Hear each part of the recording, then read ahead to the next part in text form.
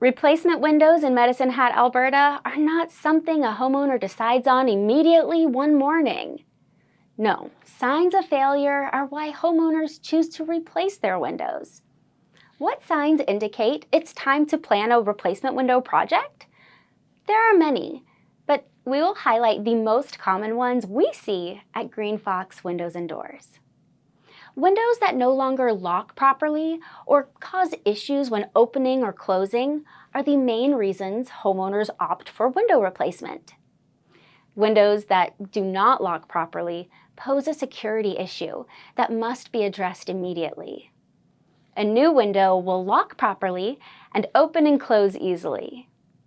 When your window's glass is foggy or tinted yellow, this often means it's no longer working as it should. Not only do defective windows detract from your curb appeal, but they are also less energy efficient and allow outside noise to enter your home.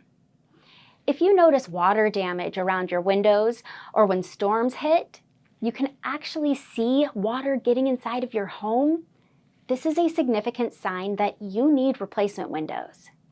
While there are numerous other signs, these are some of the most significant that prompt homeowners to call GreenFox Windows and Doors for replacement windows.